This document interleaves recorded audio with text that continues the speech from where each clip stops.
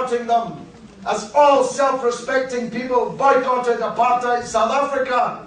We must make it, as it was then, a mark of shame to someone that they were buying the blood-stained products of racism and apartheid.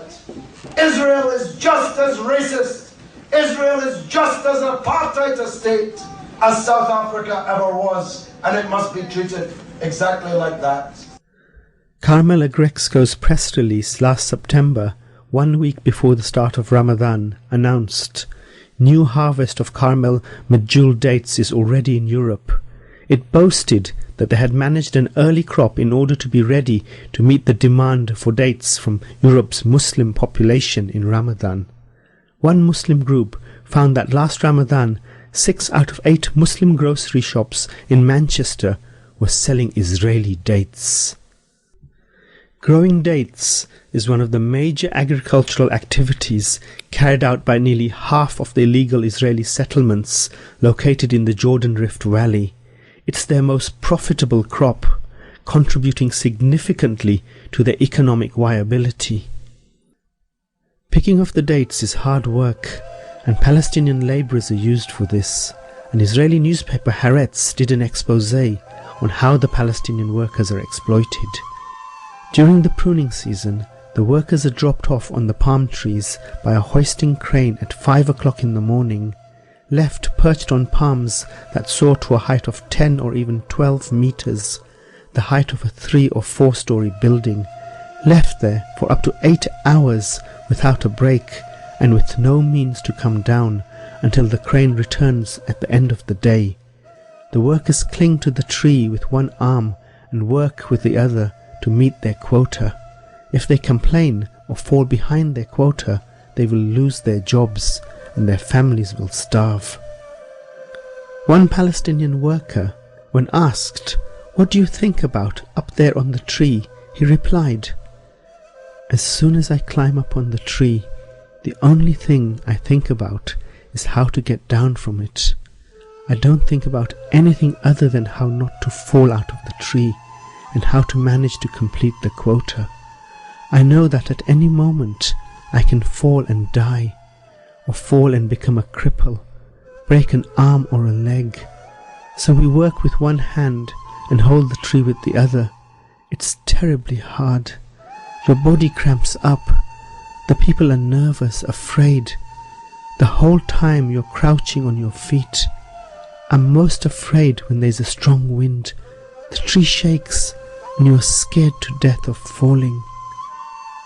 When asked, "If you're hungry or have to go to the toilet, what do you do?" he replied, "I take food and water up with me. We have a bag and you tie it to the tree. You eat with one hand and with the other hold the tree. If you want to go to the toilet, you can't. You're not allowed to come down. So you go while you're up in the tree. Only water, only urinating. It's the hardest thing, not just physically, but also personally, to relieve yourself. You think about it a lot, because it's hard culturally, hard in terms of politeness. Everyone is looking at you. What if you need to go for a long visit to the toilet?" He replied, "It's impossible. You try and hold it in the whole day. You force yourself for hours."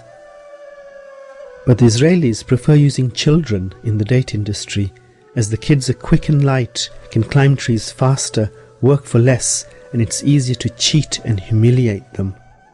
The Israeli civil administration even issues Palestinian children with official work permits. When asked about the children, the workers admitted it was desperate poverty that forces families to remove their children from school and hand them over to the settlers to work for a pittance.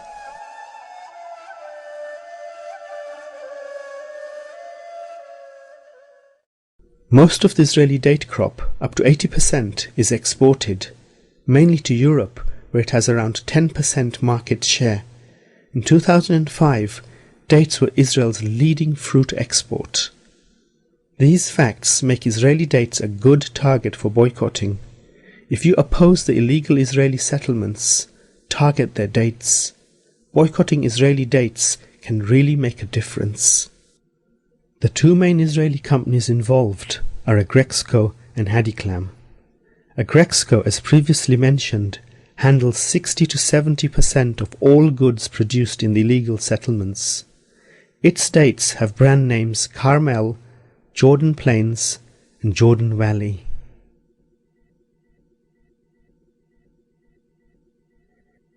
Hadiklam sells 65% of all dates produced in Israel. Its dates have brand names King Solomon and Jordan River.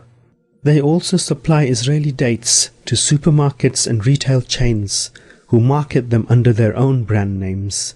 These include Marks & Spencer's, Sainsbury's, Tesco's, and Waitrose.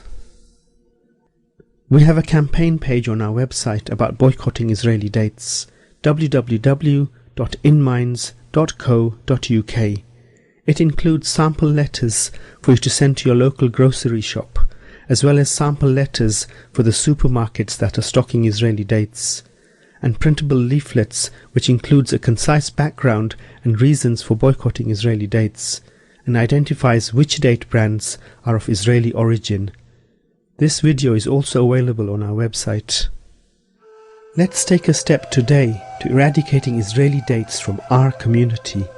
Let's pledge today that we will not support the oppression of our brothers and sisters in Palestine. We will not buy the fruits they stole from Zainab Turabi and all the other Palestinians living and dying under occupation. To boycott Israeli goods is to stop supporting the oppressor, Israel. The next step from that is to start supporting the oppressed, the Palestinians. One way to do that is to start buying Palestinian goods. Zaytun is a non-profit organization established to support marginalized farming communities in Palestine. They help Palestinian farmers access the UK market. Palestine is the home of the olive tree, with some of the oldest olive groves in the world, dating back some 2,000 years. The livelihoods of over half of the Palestinian population, including Zainab Turabi, are dependent on this tree. Zaytun helps find a marketplace in the UK for Palestinian fair trade olive oil and other produce, including Palestinian medjool dates. The dates are produced in the Jericho region by the Palestinian Palm Farmers Cooperative. They are a vital source of income in this area, which is seeing vast tracts of Palestinian land being illegally confiscated by Israel. It's amazing how Palestinians, who are practically living in a prison controlled by Israel, whose only access to the world is through Israel, even then they make every effort to boycott Israel. Canaan, Zaytun's Palestinian suppliers, who produce and bottle the olive oil, revealed that they import the bottles from Italy,